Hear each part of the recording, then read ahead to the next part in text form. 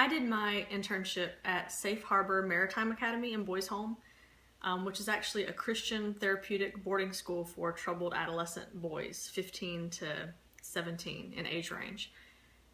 And to be quite honest with you, I never for a single second thought I would ever end up in a site with any of those words in the title. So it was a very big shock when I met Miss Glenda at the internship fair, and we clicked and we just hit it off really, really well. And I said, you know, no matter what the site, no matter what the preconceived notions I might have about it being a Christian school and working with adolescents, and just none of it sounded like anything that I would have ever looked into.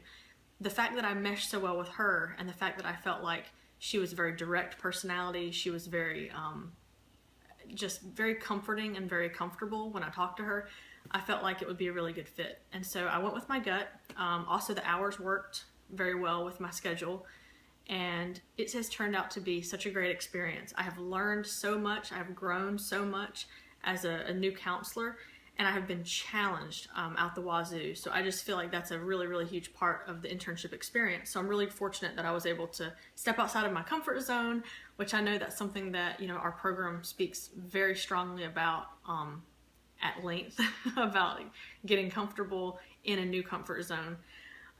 So I guess the first point of what I want to say is how surprised I was at the fit with the supervision, and also with the fact that the site has really taught me a lot about different types of therapeutic environments. First thing is my ideas on supervision. I will say that me and Miss Glenda absolutely hit it off. I have felt very supported. I've felt very empowered by her style of supervision.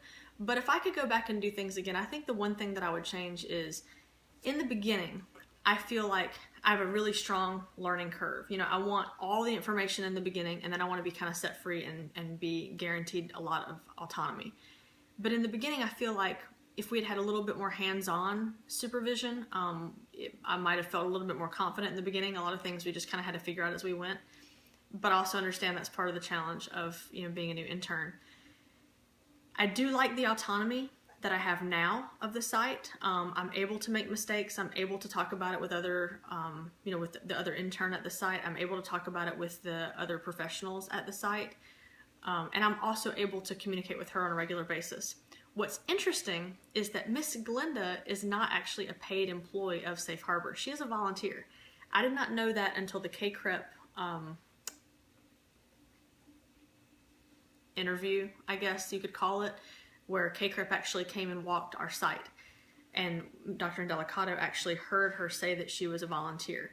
So it does, now that I'm looking back on things, it does shade the way I view the type of supervision that I've received. For instance, you know, Miss Glenda doesn't keep normal office hours. We don't have a scheduled time every Friday at 2 o'clock where we have an hour of supervision.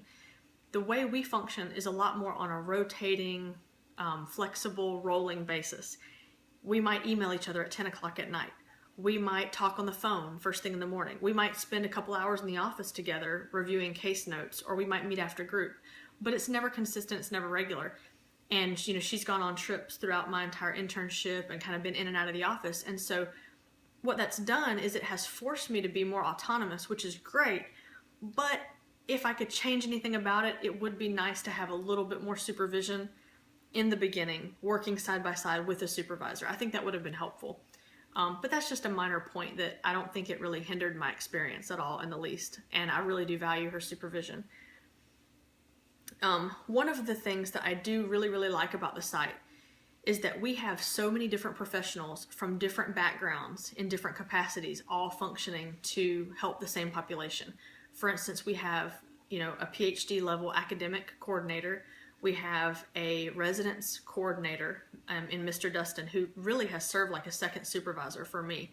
And we have Miss Glenda, who's the LMHC. We together create a treatment team, which is wonderful because we get all aspects of the boys' experience. We get the academics, how they are in class. We even get some of the people that work with vocational on the sailing lessons, the welding lessons, the people that take them out on projects. And then we have the residents' perspective, which is truly the most important perspective aside from the counseling perspective. And we all talk about cases together. So that's been very, very helpful because the things that they're doing from a discipline standpoint on the resident side have to mesh with what we're doing in the counseling department with the families and what the treatment goals are that we're setting forth for the boys. So that's been really helpful for me to see how in kind of a unique setting, in an inpatient, 24/7 boarding school type setting, how all those pieces have to play together to really create the best therapeutic outcomes for the boys. It would not be successful if counseling functioned in a vacuum, because residents has to know what the counseling goals are, and counseling has to know what the residents' experience has been like. For example, if a boy gets caught doing something that's breaking the rules, counseling has to know that, and vice versa. So it really has been nice to kind of see how all these people can work together to create the best possible scenario for the boys. And it's very consistent, so it creates that consistent adult and clinician type role that they really, really need in their lives, because they've had a lack of consistency up until this point. The other thing that's very interesting about the population that we serve is the fact that you deal with the families a lot. And I don't really know what I was thinking in the beginning, but I guess I just thought I was working with adolescent boys. But adolescent boys are inseparable from their families from a clinical perspective, because they're minors. So everything we do, every clinical decision, every consent, every conversation, everything that I do with those boys ultimately has to be relayed to the families. And on the converse of that, everything I do with the families has to filter into the type of counseling I do with the boys. So I have to consider not only the client in front of me's goals, but I have to consider his family's goals as well. Not only for the therapeutic outcomes, but because they're the ones paying the bill. And that seems very, short and sweet and to the point. But when it comes down to it, we have to serve a lot of clients within the same family, and not always do they mesh and have the same goals. So that's been a very big challenge. I feel like I've done a really good job at handling that, but it's definitely an area where I know that there's a lot of room for growth. I don't think any of us feel like we're experts at handling these adolescent boys' families at this point. So that's been a learning experience, because they're all very, very unique, and they have very unique backgrounds and very unique family dynamics. So it's been interesting to be taking the family counseling class conjointly with this experience, because I'm seeing a lot of the family dynamics play out. I think that's a really nice compliment. So I have enjoyed learning about family dynamics while also learning how to deal with the family. Much of it long distance, through email and through phone calls and letters and things like that. The last thing I want to talk about is my personal growth through this experience. I have gained a tremendous amount of personal insight through my supervision group in the practicum supervision class. I've learned all about things that I do that are annoying, that I'm sure, I'll notice when I watch this video. When I talk to a client, you think you sound one way, and then when you hear the recording, you realize, oh my gosh, I can't believe I said sounds like progress 14 times. But through the supervision group, I'm able to highlight those things that might not be therapeutic, might not be helpful. One of the things that stuck out in my mind was when I kept telling one boy that he had to do something. You have to do this, you have to do this. And very, very easily, my supervision group was able to call out, no, he doesn't have to do that. He doesn't have to do anything. Just because he's 15, he still has choices. And that was powerful for me. And that honestly stuck with me. That's one of the supervision groups that stuck with me the most, because it made me consider, I'm not considering how I sound to these boys. I need to make sure that I always keep the client's best interest in mind. I need to make sure that I'm not sounding like just another adult telling them what they don't have control over. So that was really powerful for me. The other thing that was very powerful that I got out of my supervision group was the idea of patterns and themes. I do joke about having a pocket win that I wish I had. I do think it would be helpful. Maybe we should patent that. But in all honesty, thinking about everything in patterns and themes is so powerful to highlight for these boys. And I feel like that's something that I'm getting better at. The more I do it, the more I practice it, and the more I think about it, because I'm seeing that these boys, especially in the group experience, which I feel like has been one of the highlights of my internship experience this entire semester, doing the process group, you see the same boys fall into the same pitfalls and be called out by their peers in the same way and refuse to grow and change. Or they catch it, they get tired of it, and they turn a corner and they start growth. So that's been really, really interesting, but they need help, calling attention to those patterns and themes. And so kind of keeping that in my mind has really been helpful in terms of just being able to truly help the clients gain perspective on their own behavior and see how they're perceived by their peers, which is truly one of the most important parts of why we're doing the group in the first place, why we're doing the process group, because we want these boys to have some idea of perception, how they're perceived by their peers, how their behavior is perceived by their parents. We think that's very important. Another thing that I feel like I've gotten a lot better at is my level of relaxed and when I'm in front of the client. I don't get tensed up and nervous anymore. I go in, I try to gather myself in the beginning, and I try to really think about how I'm perceived by the client. And I think that's an area where I've gotten a lot better about. I'm a lot more relaxed now, and I try to really actively listen.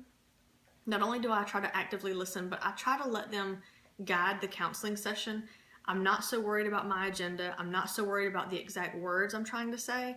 A lot of times, if I just practice that silence piece that we talk about so much, the answers come. They will come up with the answers. And I think that's been a huge learning piece for me, is just trusting that if I give them enough time, they'll put it together. And so that's been very powerful for me in itself, is trusting the client to kind of come up with their own solutions and not so much be so quick and antsy and jumpy to give them the answer, because I don't think that's very therapeutic. And it's just a matter of practicing that and seeing the positive benefits to letting them come up with their own solutions. And then they're empowered in the end. I have a lot of areas of growth. That's probably the last thing I want to end on. I am terrible at case notes. I have realized that. I have embraced it. I am trying to work on a better plan for it. The one thing that I feel like has worked for me is jotting down quick notes by hand and then typing them later. That way, worst case scenario, if I forget important parts, I have those bullet points to jog my memory. It's not a perfect system. I'm definitely not great at it, but I think what I'll do going forward, just reflecting on how this semester went and the levels of stress that I incurred on myself from getting behind in my notes, I think going forward in the spring, I will definitely have a better system. I will definitely make sure that when I plan my individual sessions, I plan for that time to do my notes right after the session, because I feel like that's a really huge piece that I'm lacking if I wait too long to do those notes. So that's pretty much my big area of growth that I'm working on, that's kind of in the forefront of my mind. All in all, it was a very good experience. I would highly recommend the site.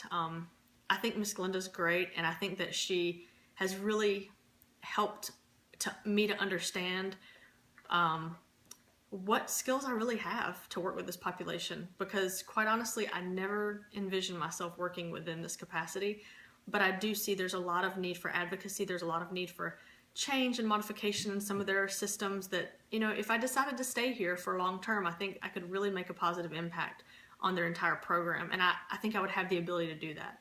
So thinking long term, yeah, it has a lot of potential, and I really appreciate the opportunity to be an intern there, because I have learned quite a lot about myself and quite a lot about what I didn't think I would really mesh with in the beginning. So thank you, and I appreciate you being flexible enough to let us do a video recording. It's been a great semester.